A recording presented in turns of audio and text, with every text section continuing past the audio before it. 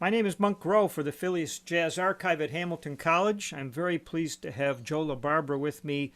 I'll introduce you as a drummer, composer, jazz educator, and author, Soon to be, Monk. soon to be. Well, we're going to talk about that.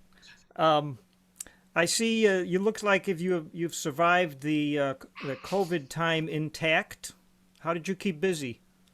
Well, that was my final semester at Cal Arts. I retired just at the end of the spring semester at the end of June after 28 years. So I was doing that here, and I have a handful of private students as well. And then my wife was busy with her job in the office, you know, Mm-hmm. one room down. So I had to negotiate, when I could crash and bang, and when she needed silence for Yeah. important meetings. So, but it worked out. I mean, honestly, for us, we thrived. We were together every day, all day, 3 meals a day. We haven't had that in our 26 years of marriage. Yeah. It's funny how things work out. I want to offer up a quote from an earlier interview you did. Um, it said, and you said, from the age of 12 on, my course was set. I knew it was something that I wanted to do, and I was not going to be talked out of it. I think you have to have that attitude if you're going to survive in this business, meaning the music business. Do you try to pass that on to your students or people that think that this is a glamorous life and boy, I sure want to do that? Absolutely. I mean, that's part of being a mentor. When you have a student and you are designated as your mentor, as we are at Cal Arts, it's important that you're telling them the truth about about the realities of being a jazz musician.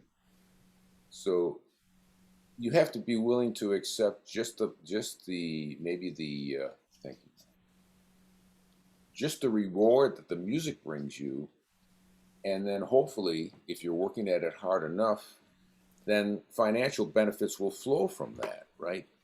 If you're getting into this, and I've had students that were focused mainly on celebrity more than the music itself, that's the wrong, that really is the wrong motivation. Your motivation when you were 9 or 10 was jump started by your father and your brothers. Did your father try to instill some of that reality in you, or was it sort of like just a way for the family to be together? I think it was more of that, Monk, because we as a family did everything together. We were all in music together, we were all in scouting together. And because of that involvement, Pat, John, and I are all Eagle Scouts because my parents were involved in everything that we do, right? So I believe it was more about the family community, the family commitment. And also at that age, uh, you know, someone might say, I want to be the president or a fireman or whatever, and of course, you're allowed to say that. But as it got closer to the reality of going into the music as a profession, I think that's when our parents started to become a little more concerned, but they never, ever tried to deter us. They never said anything about, don't do this. They just said, it's going to be difficult. And Pop for sure knew about the realities of the music business as a profession. Had he tried it? He tried it on, to the extent that you could in the community we're from, which is 4,500 people still, he wasn't going to make a living from it, but it was always his avocation, and he always led bands, and he knew what musicians were going through that were trying to, carve out an existence just playing music. Impossible in that area. So when you were 10, or in that age, if your friends said, "Come on, Joey, we got a team together. We're going to play baseball," and you said, "Oh man, I got a gig." Did you actually say gig at the time, or what did you say?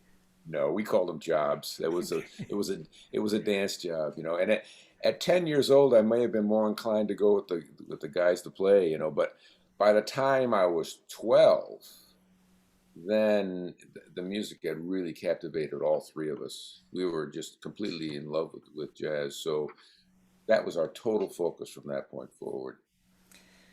When he had stock arrangements for a lot of the things that you did. Were there drum parts, and were you expected to follow them? Uh, no, I mean there were drum parts, Monk, but if you look at any of those stocks from the 30s, the drum part really the what's designated for playing time is basically four quarter notes connected by rolls and four beats on the bass drum. You know, that's kind of a ballpark approximation of what you know, Baby Dodds would have played, or any of the early drummers. You know, that kind of real, no, nothing on the ride cymbal. There was no ride cymbal. It was all about playing the time on the snare drum. So I started out playing in that style of Baby Dodds. Hmm. What if someone wanted to do a rumba? Would your father have vocalized the beat to you? Yes, he would have sung it to me, play it like this, and then I would do my best to imitate it. Okay. And the drums wasn't the only part of your musical education, am I correct? Like you played a clarinet and sax a bit? That's correct. I started drums at 5, and then by the time I was 7, I think, or 8, my embouchure had fully formed. So I took up the clarinet, and then that was followed by the saxophone, and I played that all through high school. I see. I think that must have paid some dividends down the road when you decided that you wanted to compose also. Would that It be a also, good? yeah, that's true, Mark. Sorry, I didn't mean to interrupt you. It also paid the most dividend when I was starting to improvise with other musicians, and I had that melodic sense kind of ingrained into my head about what music is supposed to sound like. You know, I could almost visualize the perspective of the saxophone player as that person would relate to the drummer. You know. Hmm. I've picked up. Our viewers should know that I have also met with your two brothers. So a few little anecdotes. I understand that the band and Steve Gadd auditioned for the Mickey Mouse Club, That's right. and he beat you all. Is that He did. correct? That is correct. Hey, listen, if you're going to lose to somebody, it might as well be somebody great. You know. Is it true that you had to start taking tap dance lessons after that? Because That is Steve true. tap danced? Yep. Yep. But then you replaced him in 1968 with Gapman Joan. Yes.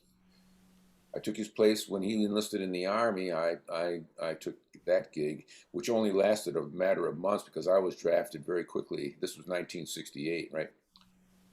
But got through my military service, fortunately, and came home and went back with Gap, and then went out with Woody's band. I was curious about that if you got drafted or if you had enlisted. And gee, at that time, how were you able to get out in 2 years? With a lot of lobbying. I mean, fortunately, this is kind of an interesting story. You arrive at the induction center in the dark of night, so you don't know where you are. You're completely disoriented. They stick you in a barracks. But as luck would have it, the band that I would eventually be stationed in was in the induction center. So I hear guys playing, so I immediately like snuck out of the barracks, went over and started jamming with these guys and put myself on their radar from day one. So all the way through basic training, I was going over there, playing with these guys, you know, ingratiating myself as much as I could. And by the time we were given our orders after basic training, mine was to go to the 173rd Army Band in the induction center, and that's where I stayed for the next 2 years. Well, I can add that to quite a few stories we've heard from musicians who made their way through the military and sometimes escaped combat because that they were able to play and be versatile. You know, I go back to my father about this because he taught generations young boys in my hometown, starting in with the 30s. And I cannot tell you how many of these grown-ups would come to us later when we would meet them and they'd say, "Your father saved my life during World War II because I was able to get into a band here or there or wherever." So I was extremely fortunate, Monk. Did your parents live long enough to uh, witness the success of all three of you in the music business? Absolutely. My father used to take great pride in telling Woody Herman that he was the real Joe LaBarbera. Or the original, excuse me, the original Joe LaBarbera. I see. Yeah, Pop met my parents met Woody, they met Buddy. I don't know that they never met Bill because we were in New York and my parents weren't traveling to New York at the time mostly. I'm pretty sure they met Elvin. Pat would have spoken to that though. But yeah, they met all the bands. Everybody knew them. I mean, I'm sure Pat or John must have said that after one of the gigs in Rochester, the entire Buddy Rich band bus pulled up in front of our parents' home at 3 o'clock in the morning, and my mother got out of bed and started cooking, and my father brings out the wine, the homemade wine, and they partied until dawn, and then they all climbed on the bus and off they went. My family passed through Mount Morris numerous times on the way to Angelica, New York, Oh, I know where that is. Sure. where they grew up. So I was living. We were in Rochester, so I never knew that I was traveling through a town that had a famous band. Did the uh, idea of pursuing a music career necessarily include college? Uh, I think the college aspect of it was simply the road that everyone was taking. You know, all of my classmates were going on to college. Pat and John had previously enrolled in State University of New York at Potsdam, and they both Pat transferred out of there and went to Berkeley College in Boston. So yes, I think it was simply that I was following my brothers once again. Whatever path they were taking, I was going to take it, and I'm pretty sure I knew at least enough that to know that I didn't know much and I needed more. You know. That's a good thing to know. Yeah. The idea of going to school and sort of jockeying in position with the other drummers, and where did you fall in that hierarchy? Pretty good actually right away. I mean, Harvey Mason and I were he was a year ahead of me, but we were the two guys basically from our generation. The real guy was Peter Donald, who was 3 years our senior at that point. So he was getting ready to graduate when I got to Berkeley. But I was known right away because I could play a little bit. You know, I could play pretty good time and I knew tunes. So yeah, that's really all it was about. And then I wanted to play all the time, as did everyone else. So Did the music of the pop world have much influence on your listening habits, or did you feel desire to get into, well, I'll call it rock music? no, Why not at not? all. It just, it. We heard Bill Evans and Miles and Coltrane when we were in our early teens. I mean, that just captivated us. How could we compare that with what was being played on the radio at that time? We're talking 1960 now. You know, there really is no comparison. I have grown to love the pop music from that era now. I listen to it now. I'm playing catch up with that and I'm really enjoying it. At the time, Monk, I had no use for it whatsoever. When you were listening to Bill Evans and Cannonball and all that,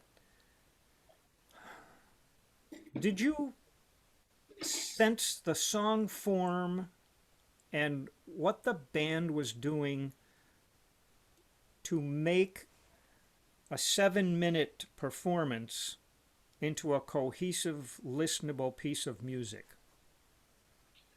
Not that early on. All I know is that we were completely engaged from the second that needle hit the grooves of the LP. until the side was over. It's just like that music completely captivated us and drew us in and didn't release us until it was finished. Okay, I'm getting a picture in my head of the three of you in one of your bedrooms, with that LP going and like, oh, listen to that, listen to that. Oh, Close. It was in the basement or it was in the kitchen.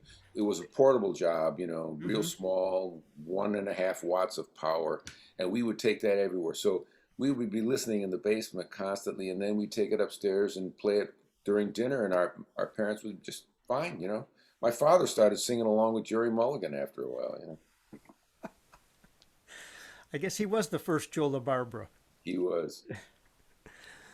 So Woody Herman was who was on the band at that time that showed you the ropes, that sort of jazz education that you can't get in school. Yeah.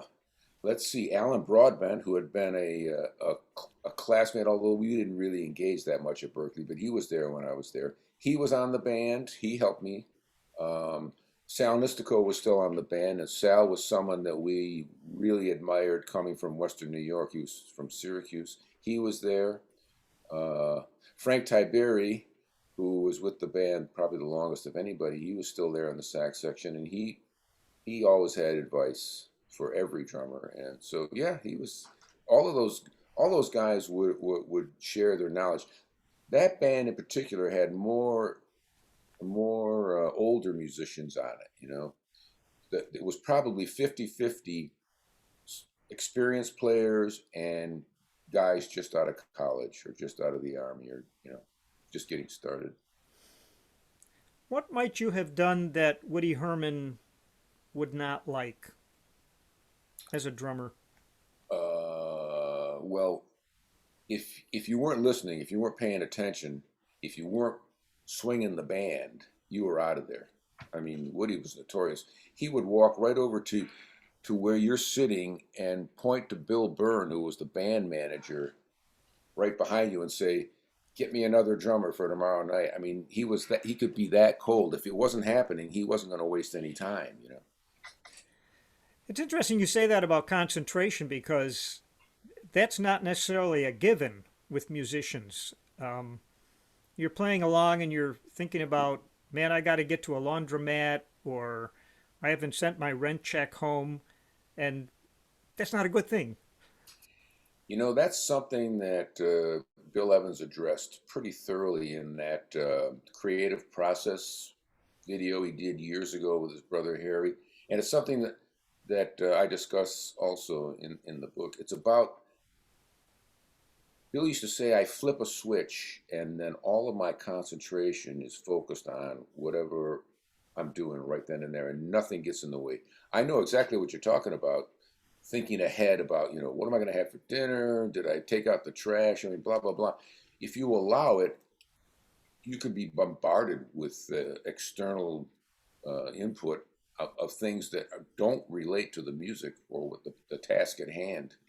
So that's something that musicians, you really have to train yourself for that.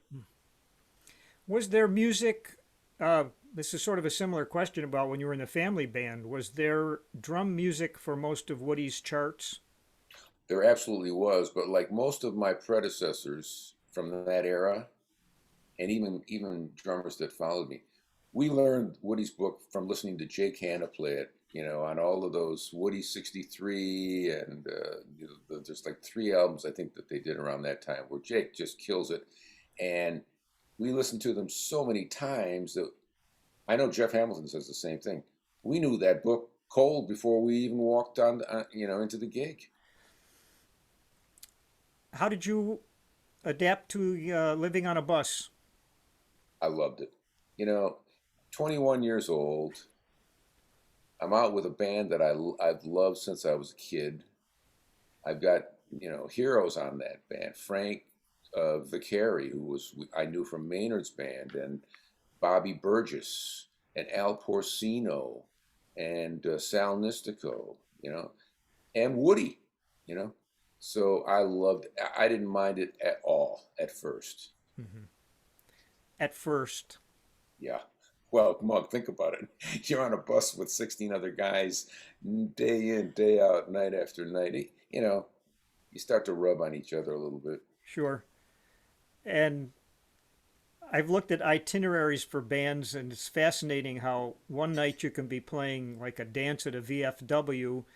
The next night you're playing a jazz festival with, like the ups and downs of the life are very fascinating. It points to the economics of running a big band.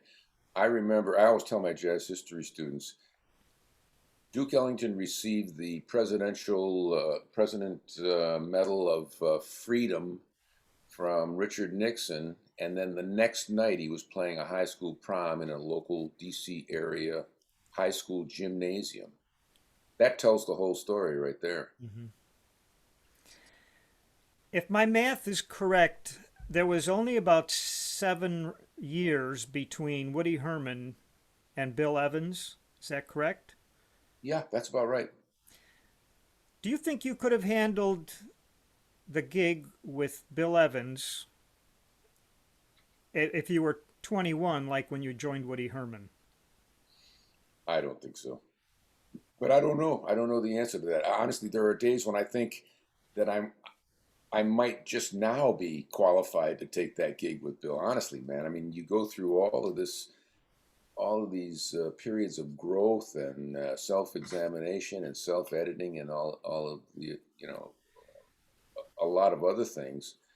But fortunately, it came at a time, I think, when I'd had enough experience under my belt to be able to walk in there feeling confident that I could do the job.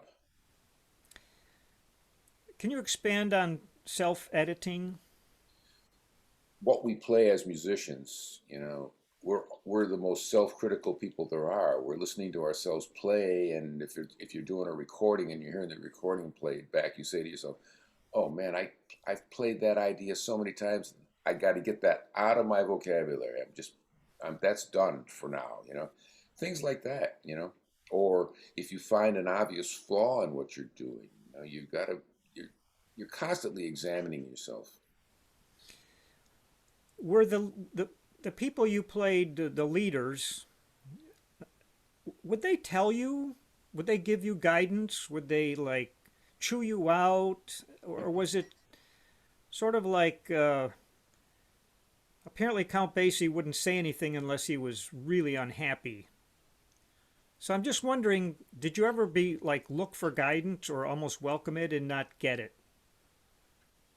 I don't know that I ever actually asked anybody, but I was fortunate in that, you know, Woody's band, Chuck's band, Chuck Mangioni's band, uh, Bill Evans, and all the different sidemen, all the different leaders that I worked for in New York, they really hired you for you. So they allowed you to learn, or they allowed your input. They wanted you to interpret the music the way you heard it. Mm-hmm. I love the music of Chuck Mangione, and I actually, uh, full disclosure, I asked Gap, I said, well, what are some things I should know about Joe? And he said nice things. Oh, that's Rest nice. assured. He sent me a link to a really nice video of the group when you were in a 1980 live at Monterey, and there's a full tune on there. It's fairly lengthy, and you have an extended drum solo on it. And I noticed that you started just on the snare drum, and you started this pretty like intricate rhythm, and then you picked it up and you moved it over around. And earlier when you were talking about listening to horn players compositionally, it sort of connects with that drum solo. So, is there a question here? My question is, when you have a drum solo, are you trying to think compositionally? Absolutely. In fact, when I'm accompanying, I try to think compositionally. I look at the I look at the big picture in music always. So from the minute that tune is counted off, I'm tracking the the growth, the dynamic ups and downs, how much I'm adding, if I can maybe dial it back. I'm watching all of that. I'm trying to observe the music. I know that's something, a cliche almost, that people say all the time, but it's such a good way to think about it. If you're really focused on the music and not your part so much, then I think you're going to get a better result. And I can say emphatically that Bill Evans was that way. Even though he was a giant and a major star, the music was always the most important thing. He never put himself above what we were doing musically. Yeah, I believe you said he had no ego when he was playing. Is that Yeah, correct? that is correct. Yeah. Well, he had nice things to say about you. That you were willing to pay. You were willing to make the concessions of dues toward the end of playing quality music. Yeah, that meant a lot to him. It's with Bill, it was always about commitment. He used to say, talent is cheap. What really is required is the willingness to be dedicated to this and to stick with it, to really invest yourself into the music, to make, this is not something you do lightheartedly. And this gets back to what you were asking me initially about my students, and do I actually say to them the reality of what it's going to be like to be a jazz musician. Bill knew that only too well, man. I mean, this is a man who could have done anything with music, and in fact, he mentioned this in an interview where he got to New York in '55, and sometime between '55 and '56, he was approached by Tony Martin. You remember that name, Tony Martin, the Hmm. singer? Yep. Okay, good. You're old enough. I can talk to you now. That's good. So Tony Martin, now we're talking 1955 dollars here. Tony Martin offered him $25,000 a year for a 17-week commitment annually. And Bill said it took him all of 10 seconds to turn it down because he realized that if he took that job, it was going to take him in another direction. It was going to distract him from being a jazz musician. Now, having said that, he was perfectly willing to go out and play bar mitzvahs, weddings, you name it, like all of us when you first hit the scene, because that's part of the dues that you pay. But that you take that in stride, and it's not something that's going to just occupy so much of your time. Your focus is still completely on the music. So Bill was committed to playing jazz and being a jazz musician, and that you can't stress that strongly enough to young people that want to be in jazz. Hmm. At the same time, you have to pay the rent, so don't you can't really afford to have an attitude like, I'm not going to play that club date. Oh no, you got to take it all, man. I mean, even when I was playing with Bill, I was working with a wedding band on weekends. If when we were off, in the upstate area, had to make some money. Did you save your calendars from those days? I've got a couple of itineraries, yeah. Yeah, yeah. Yeah. Sometimes you open up and you look back, it's like, oh, I remember that gig, I remember that club, and I remember that road. How tough it. So it's funny what we remember about gigs. Sometimes it's not the music. Sometimes how many stairs do I have to go up? Well, as you mentioned previously, my Woody Herman itinerary, I still got a few of those, and they are packed. I mean, it's day in, day out. I mean, you had to do that in order to just pay for the band and pay for the bus. You had to work every day. Back to drum solos for a moment. Do you prefer to play a drum solo over like a bass vamp, or are you more comfortable if it's just the drummer? I don't mind a vamp. I mean, for me, and this is what I've always taught to my students, it's all about the connection with the song form, whatever that song form is. I'm much more at home if I'm playing over a form, a standard tune or original tune. I want something to work with because everyone else is using it has something to work with. If you do that long enough, then playing over an open vamp with a bass ostinato or not, is easier because you can use your own imagination to create the arc you want to express. But I like playing over form. Hmm. About a year ago, I interviewed a really fine bass player, and he got on the thing about how come when it's time for the bass solo, everybody stops, and I get nothing as far as accompaniment. Do you have a decision to make when it's a bass solo? Like, should I help him out here? What should I do?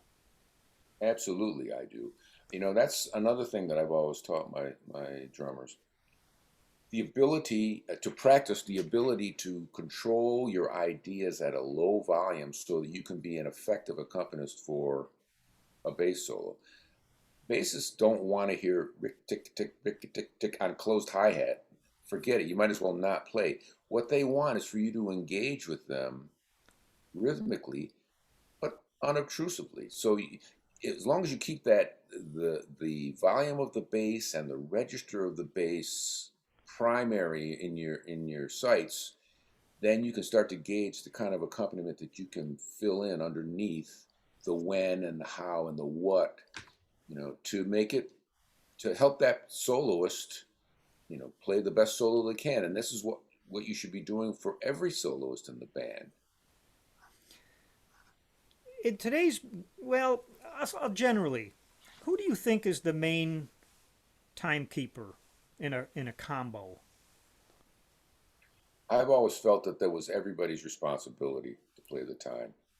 The musicians that I grew up with and that I grew up listening to, my brothers and I will say the same thing.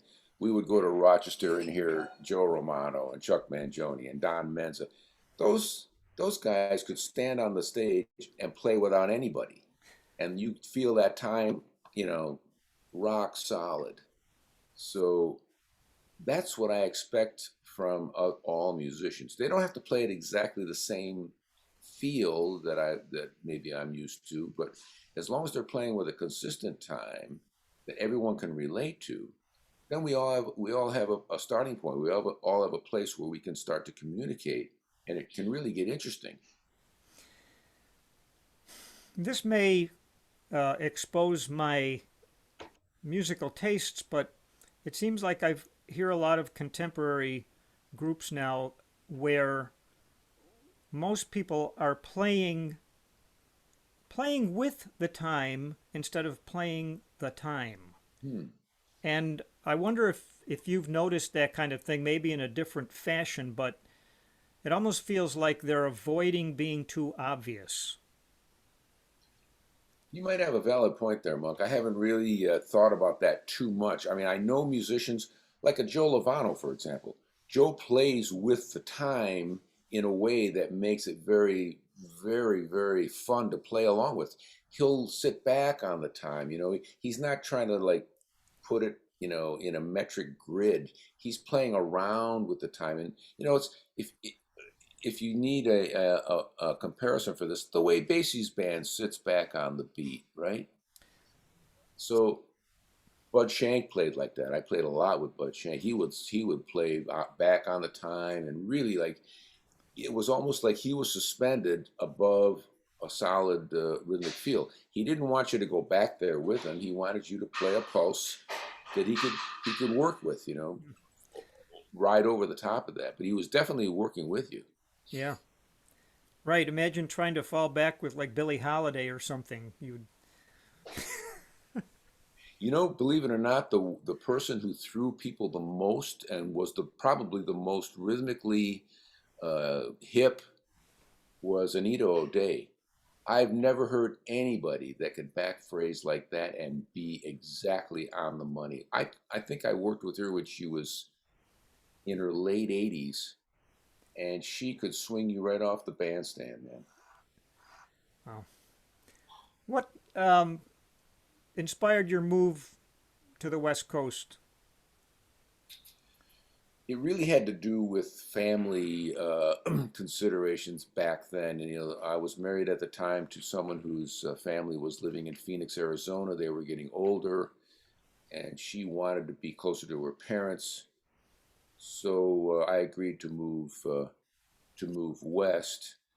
I wanted to be in Los Angeles, you know, and our marriage started to fall apart for other reasons at the time. Hmm. So, in an attempt to not be too far away from my daughter, who was 5 at the time, I Hmm. decided I'll go to Los Angeles and see if I can make a go of it there. And that was probably the best decision I ever made. Can you describe for me? I'm totally fascinated by the life of the studio musician and the starting from the phone call, where that comes from, be it X studio at this time, and how much you know about the music and what is the expectation of the producer and all that stuff. That's a long question. It's a long question, and unfortunately, you're asking the wrong guy, Monk, because I'm not a studio musician. I never have been. I mean, I made the mistake early on when we got to town. Uh, my wife and I'm remarried. We've been together now for 26 years, and we have a hard and fast rule of a vacation every year. And one year, one of the big film composers in Los Angeles put out the call to me for a session. And it goes through a service.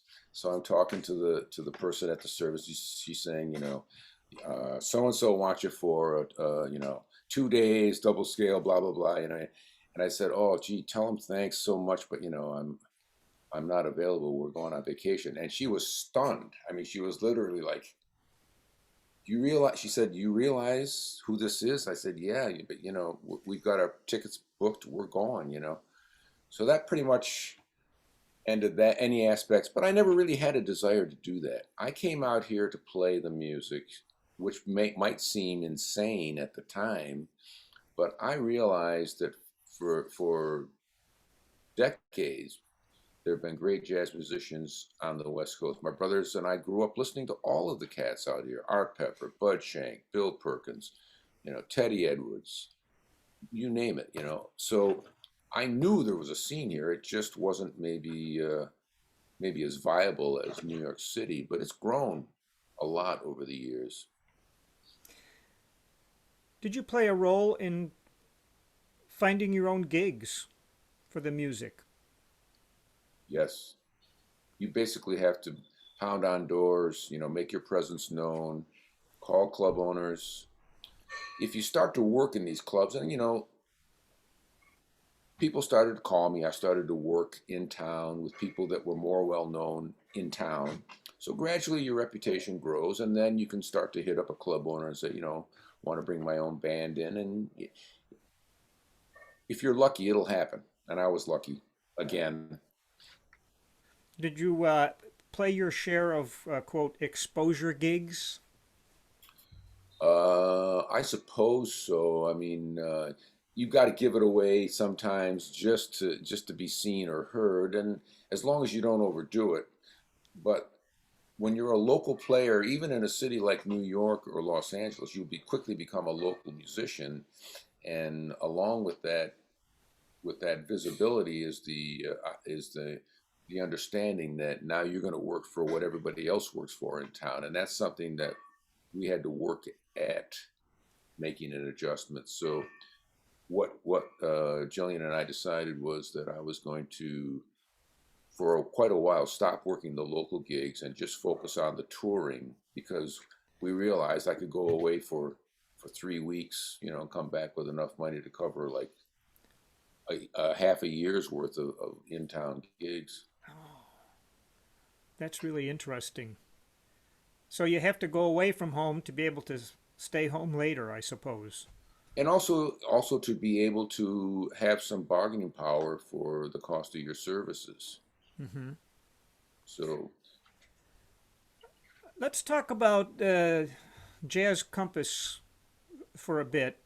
Um, there was an interesting statement I read that you got aggravated that your projects were falling on deaf ears with most of the record companies. So, and there's a quote here from about the label to provide the serious listener with outstanding improvisational music without compromise.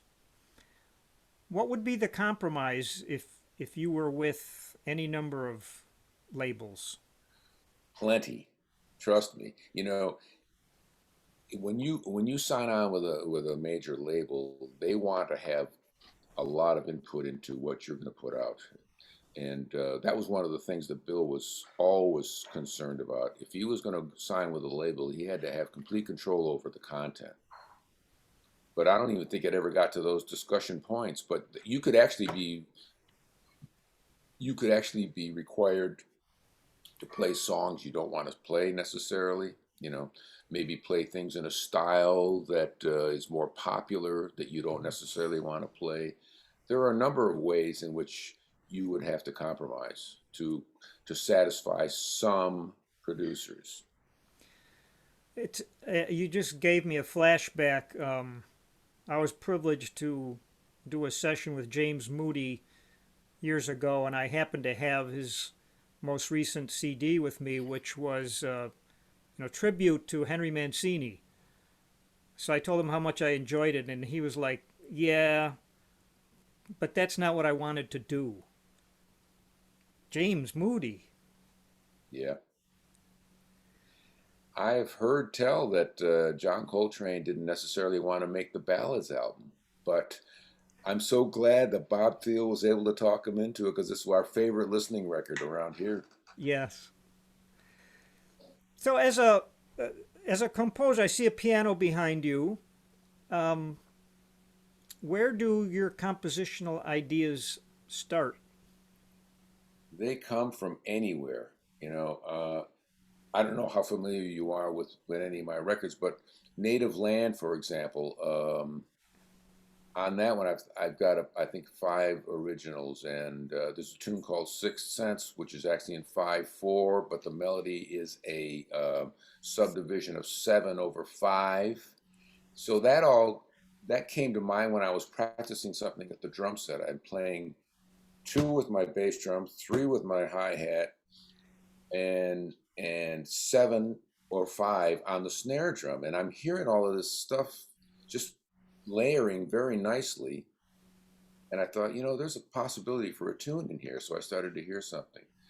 Then on my first record, Message from Art, which is a dedication to Art Blakey, that came to me like bam as I was driving on the freeway. And I mean, it was like it came in fully composed. And by the time I got home, I was able to write it out. Yeah, I don't know how. It's just the way it is. I can Uh, picture that. Like, don't talk to me for a minute. I gotta get this. I gotta get this down, or I'm gonna lose it.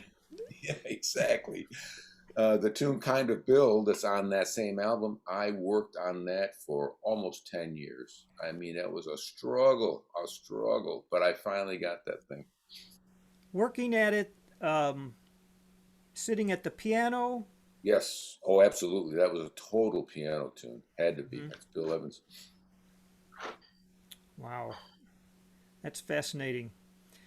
What is the um, music business now for you, and what is your observation on what has happened to the music business in the last 10 years? Oh man, it's been in such a state of flux, with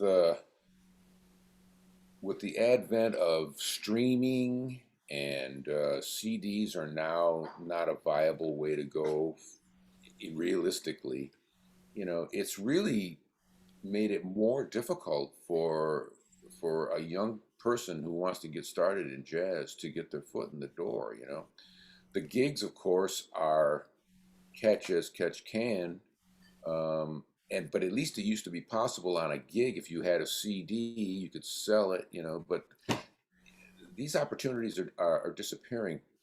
I feel fortunate that I'm at the kind of the back end of this thing because I stopped touring in 2018. I just said I'm not going on the road anymore. So what I'm doing now is just playing in town with musicians that I want to play with, my own band and some younger musicians that I would like to help, you know, get their name out there a little bit more. That's my focus, but that's a luxurious position to be in because you know I've already been there, done that. I worry about my students that are starting out now, but the fact is, and I've always said this, and I believe it sincerely, this music will always survive. because it's just too strong of an art form. It's too strong of a concept, and there are just so many people, young and old, that want to be involved with it. Have you been overseas on tours playing jazz? Oh, for years. I mean, that's what I, when I said going on tour, in the last 26 years, I was going to Japan, Europe, New Zealand annually. I was going all over the place. Was there a noticeable difference in the audience reaction in general? Oh, I think in a city like New York or Los Angeles, it's it's possible to encounter an audience that might be a little more blasé, but I have never experienced that. The Hmm. audiences here are great. People really want to want to hear the music. They want to be a part of the music. Overseas, obviously, if you're someone coming from out of the country to visit, and it's someone that they all know from a record or a video or something, that might add a little more uh, draw power, or maybe a little more celebrity to what you're doing. But Hmm. I find jazz audiences to be pretty universal. Let's pretend you're at a cocktail party and you get in a conversation with a person you don't know and they don't know who you are. So if they ask you what what you do, what's the first thing you say? I say I'm a jazz drummer. And then they say, "Oh, yes, jazz. Well, I like it until they start doing that stuff, and then I don't. What the heck are they doing? How do they know when to stop and start? I mean, do you try to answer or just go get another drink? It depends. I mean, if the person strikes me as someone that is actually being sincere, I'll spend some time and talk to them. In fact, I really like hearing comments from people after gigs. They'll come up and they'll start out by saying, I don't know anything about jazz, or this is the first time I've ever heard jazz, but they'll give me their impressions. And I would say 9 times out of 10, their impressions are pretty accurate. Hmm. All we need from a listener, from an audience, is a willingness to participate, a willingness to sit there and actually do what we're doing, which is to tune in exclusively to the music, you know, and just react to it. What are you feeling? I feel the same way when I go to a museum or an art gallery. I don't know much about art, but I can certainly have a reaction to what I'm seeing, and I can certainly get a feeling from the music. It really is all about feeling. You can get a feeling from a painting. You can get a feeling from music. If you're willing to go there and let that happen, then that's all I ask of you. I totally agree. I used to work with elementary school teachers, not music teachers, and they would make comments about music that I never would have thought of that were so perceptive and not with the music language. You know, we usually speak in the music language, and they had these other words, and I said, "Oh, I have to take note of that. It's very informing." Yeah, because at the end of the day, it's really all about communication. You might think you're hip, you might think you've got the greatest stuff on the planet to offer, but if you're not communicating with an audience, then I think it's pointless. Hmm. You need to get your music across to people. How do you teach that to students? It really starts basically with ad- adherence to the song form. So if you're connecting everything you do, whether it's accompaniment or improvisation, to a song form, right away you've made a connection to everything that's going on. Now, hopefully, the band as a collective unit can get that point across to the listener. That's that's as succinctly as I can put it, because beyond that, it's really just doing it over and over again until you start to feel like you are getting a reaction from an audience for the appropriate reason, not because you played some blazingly fast single stroke roll or, you were going crazy all over the drum set. The fact that you did something that communicated with the audience. And this gets back to those comments that I would get from lay people. People would say, I could really hear you trying to help that soloist. That means more to me than anything else someone could say. Excellent. What's your feeling about? Um, There's a large question. The state of our country at the moment. Oh God, Monk. I know. Well, at the moment, I tend to be very optimistic, but you and I both know that lying in the weeds is something very evil and something that, if we're not mindful of, is going to come right back and rear its ugly head and be right in Mm. our faces again. So, to that end, we're doing what we can do to support the people that we feel are going to help take us in the right direction, keep us in the right direction. Is there anything in particular, either musically or in life in general, that makes you angry? Hmm. Angry. Well, yes, of course. Injustice makes me incredibly angry. And to hear lies being said over and over again and believed by 70 million, how many people was it? I don't even want to, I really hate to go there, but the number of people that are fooled by the lies that are being told, that makes me angry. To see blatant disregard for rule of law, that makes me very angry. To see money being siphoned to the top exclusively, you know, and then to have to go outside and drive around and see homelessness in numbers that you can't even imagine is staggering. That makes me angry. To realize that people are hungry, that makes me angry. We have so much wealth in this nation, and the inequity of all of that, it gets me going.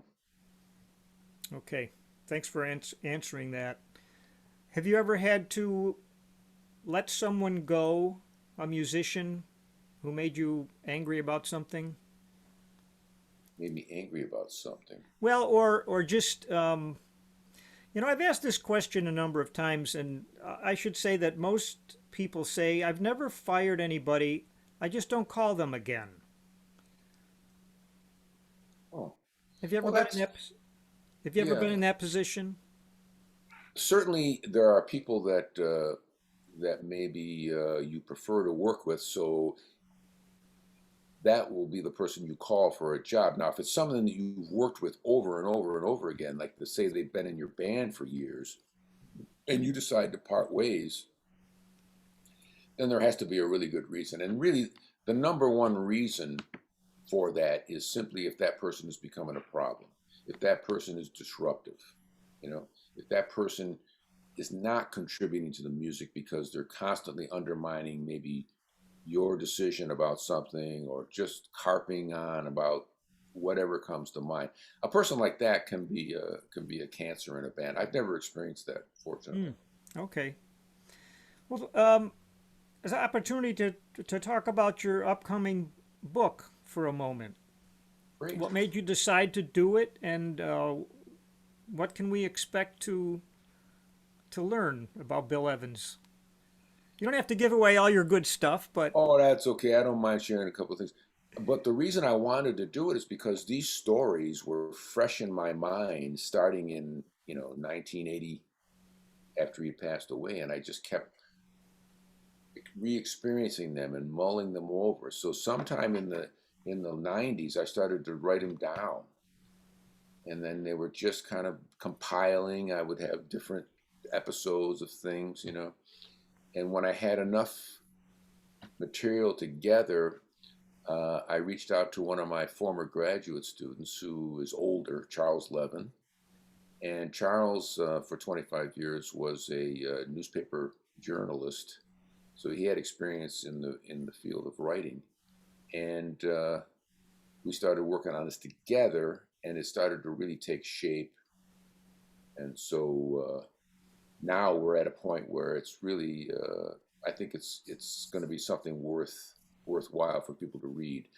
There's a lot of anecdotes about Bill that I share from my personal experience with him because I actually spent time living with him in his apartment from time to time, and Hmm. we were on the road a lot, and things that I had seen.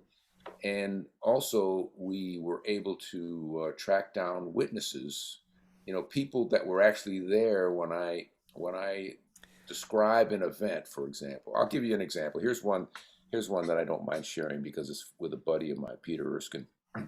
So when I was on Woody's band in 1972, we played the Newport Jazz Festival in New York.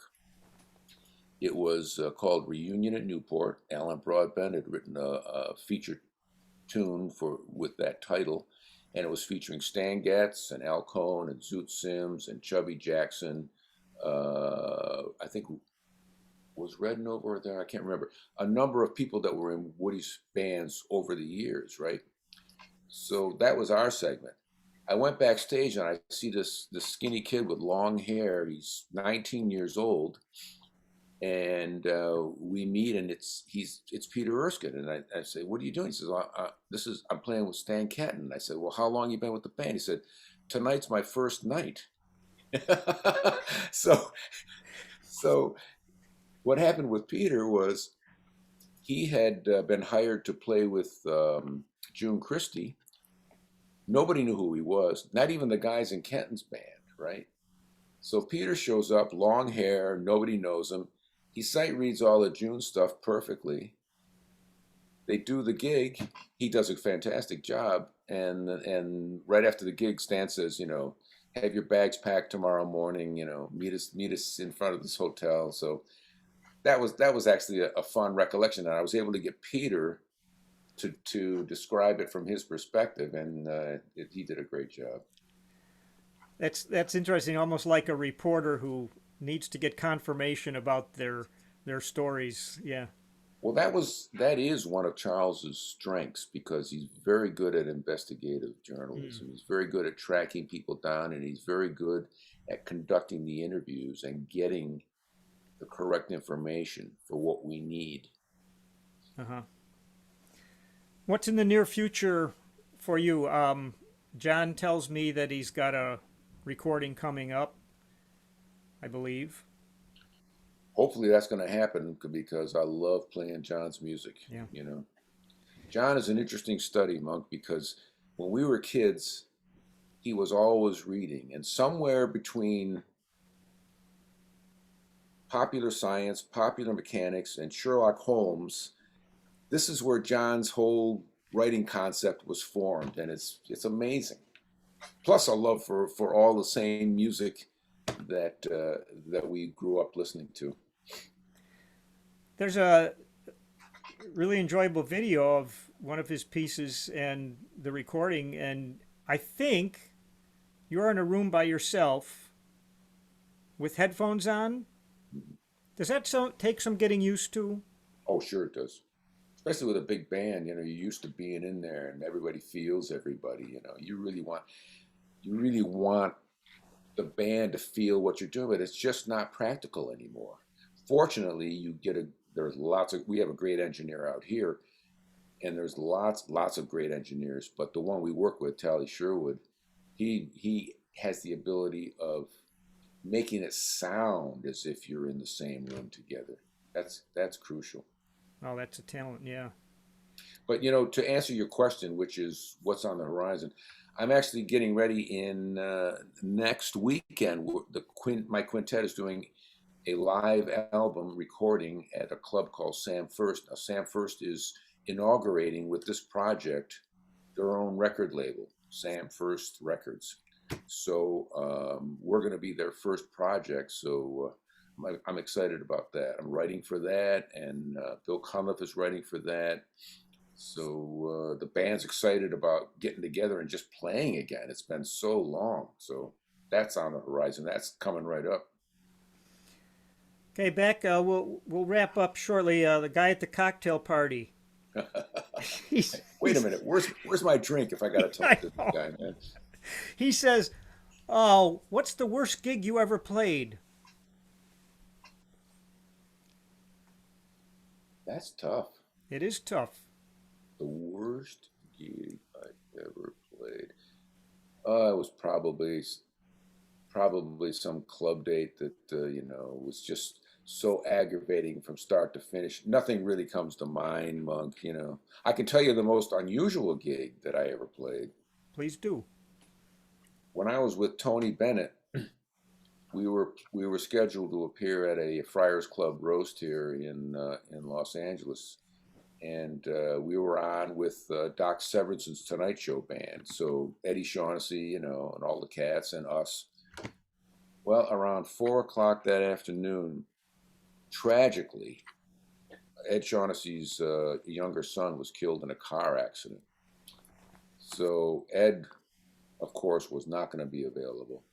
So they come looking for me at the last minute to go in and play with the Tonight Show band, which I was more than willing to do.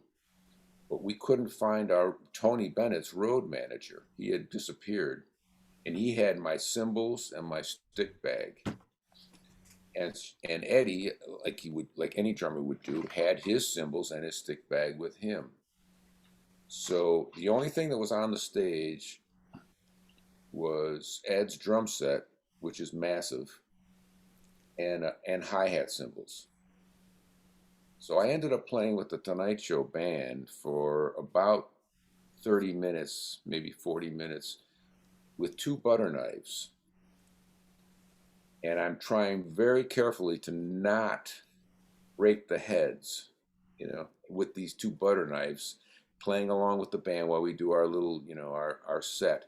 And then fortunately, by the time it was Tony's set, we tracked down the road manager, and we got my drums, my cymbals, and my sticks. But I'm playing behind Connie Condoli and Snooky Young, and Pete Chrisley, but I got two butter knives in my hand, man. I can just see what happens when you're playing a ballad. No, Joe, brushes. We want brushes. Good luck. I don't know what I did, honestly, Mike. It's a long time ago, but Okay. that's the oddest thing that's ever happened to me. All right. That qualified as most unusual. Well, I really enjoyed our conversation today, and hope for the best for your new recording and for John's. And I have to say that this is the first trio of brothers I've been able to meet with, and it reminds me of Elvin, Hank, and Thad. Oh And man. boy, it's quite a legacy that I don't know how much we can set all of this success on your father's lap, but he did a good thing. Both my parents did. Oh, both Yes. our parents did. And I have to say, going through this music business with my brothers together has been the most fun. That's what's made it the most fun. We've been in this together from the beginning and still to this day, you know. That's the best part of it. Maybe I should get all three of you on a Zoom and just let you go at it, telling stories. Oh, we have a Zoom every Sunday morning, and since you've done your interview with Pat, and I've watched it and John's watched it, Pat's revealed things to you that he never revealed to us. So now we're starting to get the stories rolling, you know, on those Zoom calls, and it's really John had a lot of things to say last time that were very interesting. So I'm even to this day I'm learning things about my own brothers that I didn't realize. Fantastic. Last question. If you had a convention of drummers sitting around having a few drinks, who do they talk about as the drummer of most distinction? Wow. Ooh. You know, I'm going to take a stab here and just say most distinction. Probably if and it's my generation, they're probably going to say Elvin Jones. Probably going to say Elvin. I mean, it could be Buddy Rich, who I admired greatly.